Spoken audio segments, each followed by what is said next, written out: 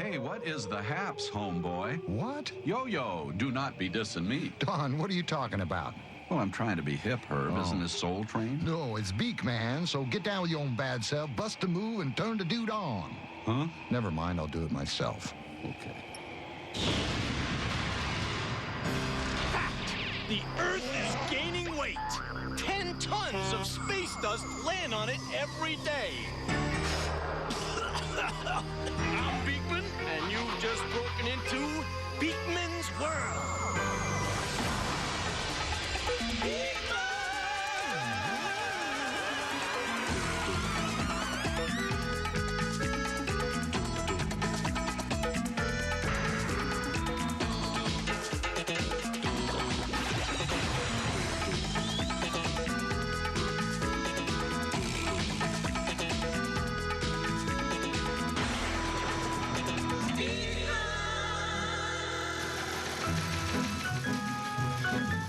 Whoa, Liza, listen to this. Barney the dinosaur is telling close friends that he is purple and green with envy over Lester the rat's growing popularity. Baby, I'm number one. I'm number one. I smell a rat. Put your arms down, Lester, so that others may live. Oof. Liza, clear the air with a question, please. Here's a clean-smelling one from Christine Gale of Pawtucket, Rhode Island. She writes, Dear Beakman, why is money worth anything, and how is it made? Hey, Herb, Beakman's going to talk about money. Right. Is that science? What do you think economics, mathematics, metallurgy, and chemistry are? Everything I failed in school. Oh, boy. Then pay attention to Beakman. Okay, time to meet the last of the really big spenders, my special guest from the island of Yap. Right here in the Pacific. Let's have a big Beakman's World welcome For the chap who gets the rap for putting Yap on the map, get your hands out of your lap and give him a clap. Cause here he is, modern-day money man, Dap. Yeah, Dap. That's short for Dapper. I'm from Southern Yap. You know, everyone else on Yap wears grass neckties. This baby, Astra Tough. I just love a man in unnatural fibers. Why, thank you, child. You see, young lady, on Yap, our money is made of stone. Rodent, Liza, hush now, children, and listen to the story of money. It begins long, long ago in lands far, far away. In ancient times, people traded things they owned for things they wanted. This man has a goat, and he's trading it for some beautiful, shiny red apples. This system of trading is called barter, and is still used in many parts of the world.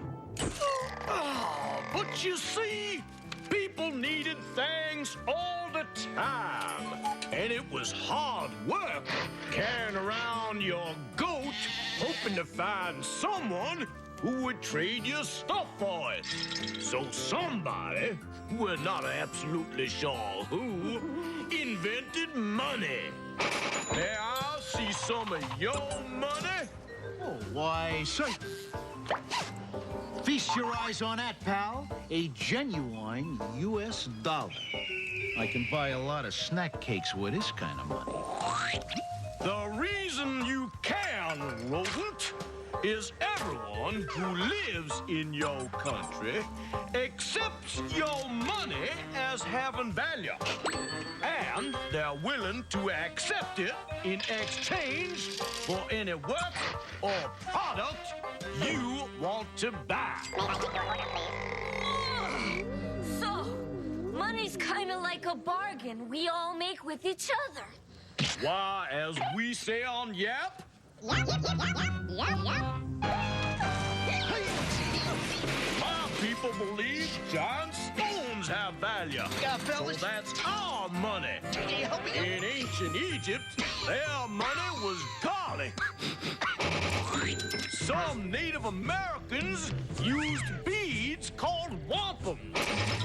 Other peoples have used seashells, feathers, salt, axes, why, even dead rats. I gotta tell you, Doc, this business of using seashells and garlic and feathers for money, I mean, that is really lame-o.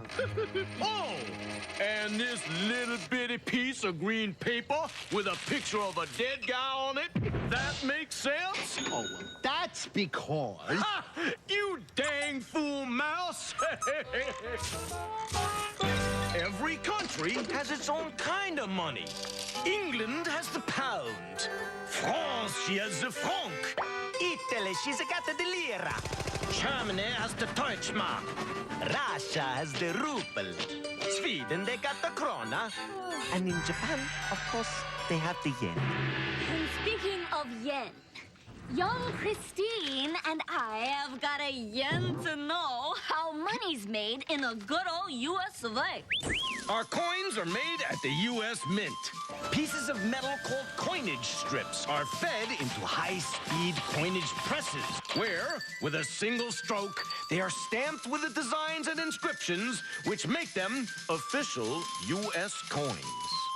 Your dimes, quarters, half dollars, and dollar coins are all made of the same stuff. Their different sizes determine their value. Inside each of those coins is a core of pure copper covered by a mixture of copper and nickel. Dimes, quarters, half dollars, and dollars are really made like a sandwich. But nickels are made of a solid copper-nickel mixture. Pennies have a zinc center surrounded by a thin layer of copper. The mint produces about 15 billion coins a year. Whew. The largest bill in U.S. circulation today is the $100 bill. Hey, Beakman, what's to keep somebody from printing their own money? That's called counterfeiting. And you know, Lester is not the first person to think of it. You're telling me. Mom won't be up for parole till Elvis's next concert. Bad, Mama. Our government's kind of fussy about whom they let print money. So, they take special steps to make it almost impossible to copy. Here are a couple of my favorites. Here's a little strip of polyester that says USA 100 over and over again. You can see it if you hold a bill up to the light, but a copy machine can't copy it. Here on the sides of Ben Franklin's head is microprinting. Tiny print that can only be seen with a magnifying glass. The United States of America is printed over and over in these areas. The print is too small for copy machines to pick up clearly. So, Christine, that's our message on moolah. And now you know that money has value only because we all agree it does. And we all agree that your question has value, too.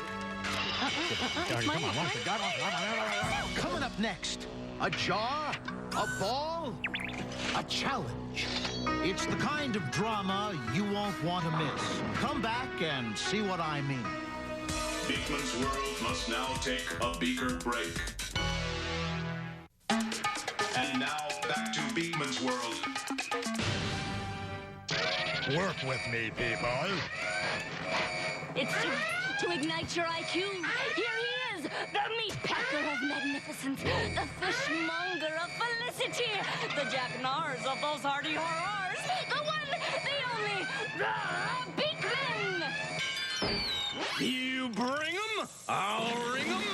Let's lambada.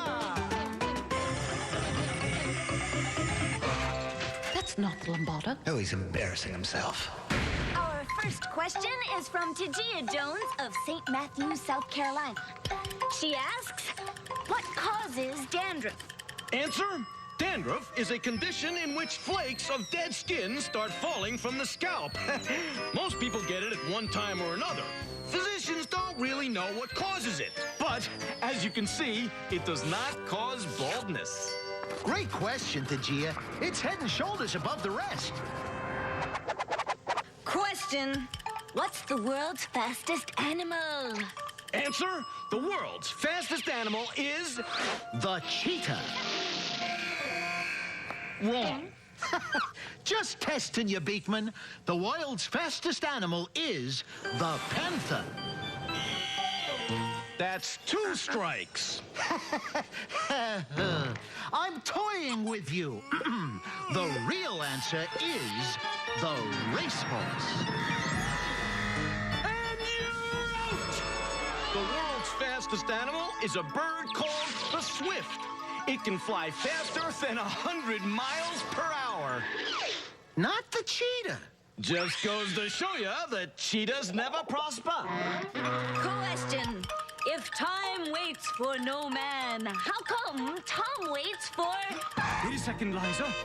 What horns through yonder window break? It must be time for... the Beakman Challenge. If you're gonna try our experiments, do them only the way we do them. Safely and with an adult. Now bend over. Lester, sir, and I use the term loosely, I challenge you to place this ping pong ball in this jar without touching said ball, heretofore mentioned and henceforth referred to as the ball. You want me to put this ball into that jar without touching this ball?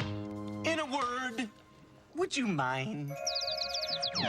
Okay, we're gonna make this a fast one, because I got a burger to catch.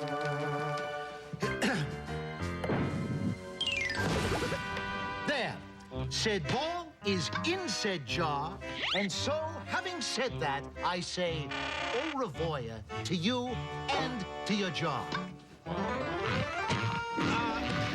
Lester, that's a really good start. But I kind of wanted the ball in the bottom of the jar. Well, you can't have everything. Ooh, come to Papa, Mr. Burgerhead. Yes, I can. This is my world, and this is my Mr. Burgerhead. Gee, how in the world can that ball be placed in the bottom of that jar without touching it? He asked hungrily. Like this. Lasso! Replay! When you swirled the jar, inertia tried to make the ball go straight out.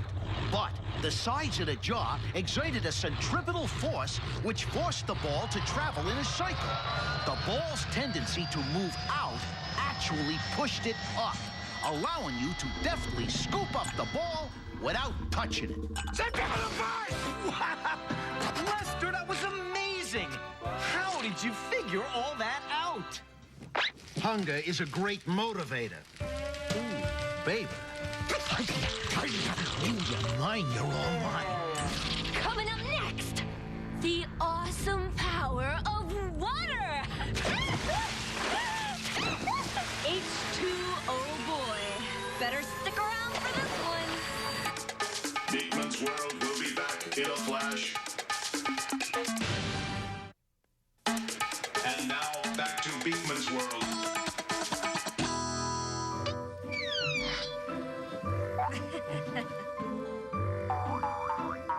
Game. Oh, I should have seen that coming.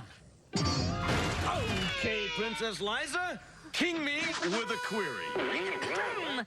Here's one without a checkered past. It's from Andy Milford of Pittsville, Maryland. Andy writes, Dear Beakman, how can water produce energy? Water doesn't really produce energy, Andy. Instead, its energy gets changed into other kinds of energy by hydroelectric dams. Don't you mean darned? No, I mean dams, darn it. Yes, hydroelectric dams. Hydro from the Greek word hudor, meaning water. And electric from that stuff that comes out of the sockets in your house. These concrete monsters use the power of flowing water to make electricity. Why America's own Grand Coulee Dam provides as much power as 3 nuclear reactors. How do they do that? I'll tell you in a few minutes. First, we need to talk a little bit about potential energy and kinetic energy. Potential energy. The energy of a particle derived from position. Kinetic energy. Energy associated with motion equal for a body of its mass and the square of its speed.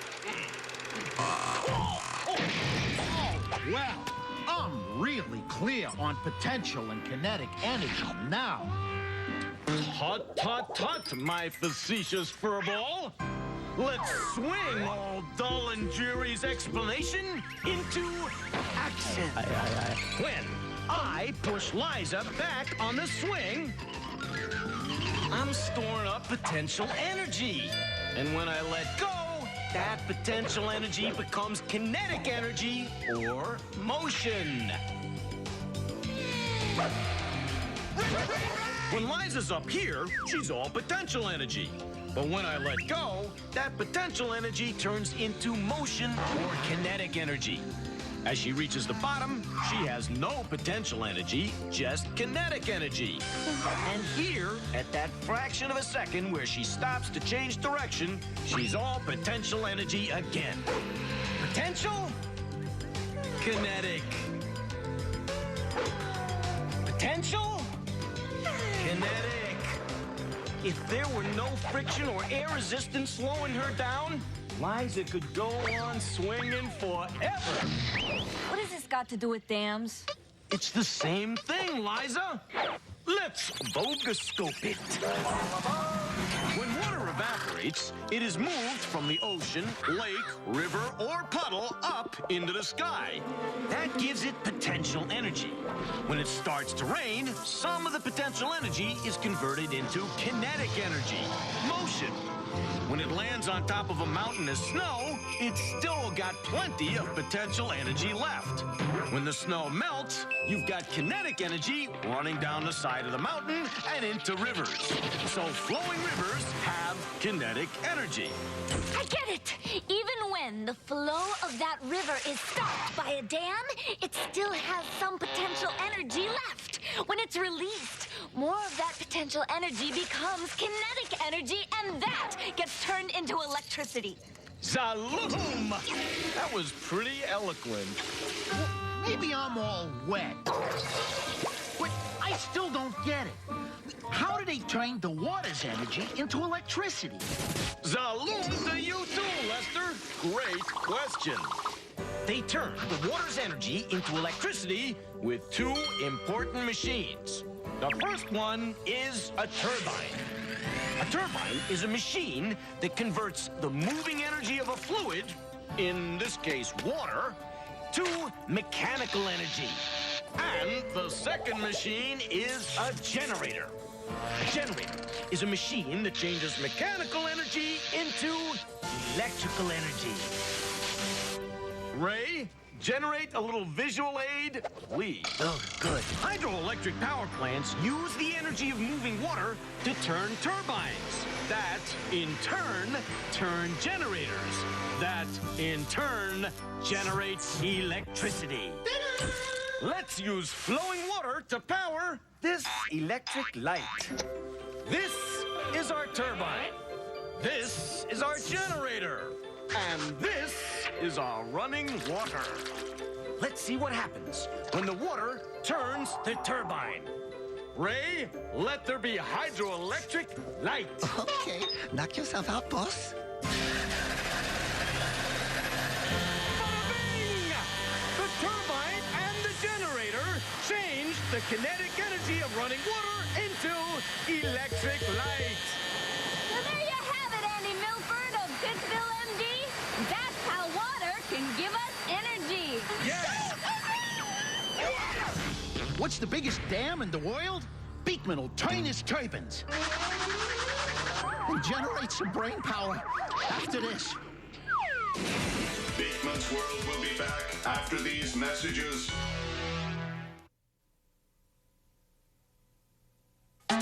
And now, back to Beakman's world.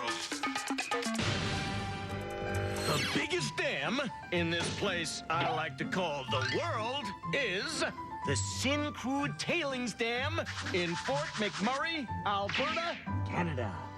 Instead of generating electricity, this kind of dam contains fluids left over from an oil manufacturing process. It's the size of 8,500 football fields. Speaking of Alberta, when do we eat? How did he get eating out of Alberta?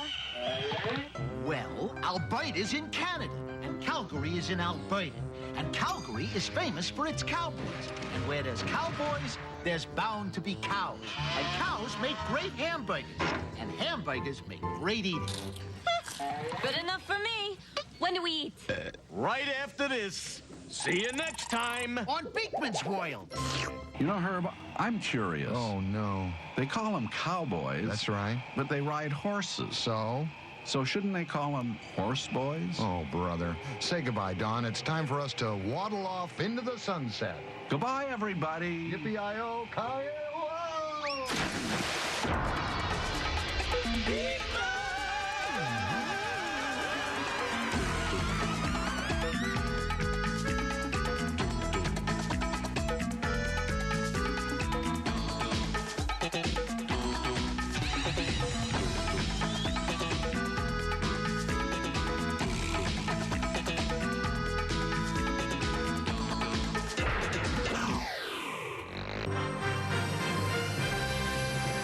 Thank you.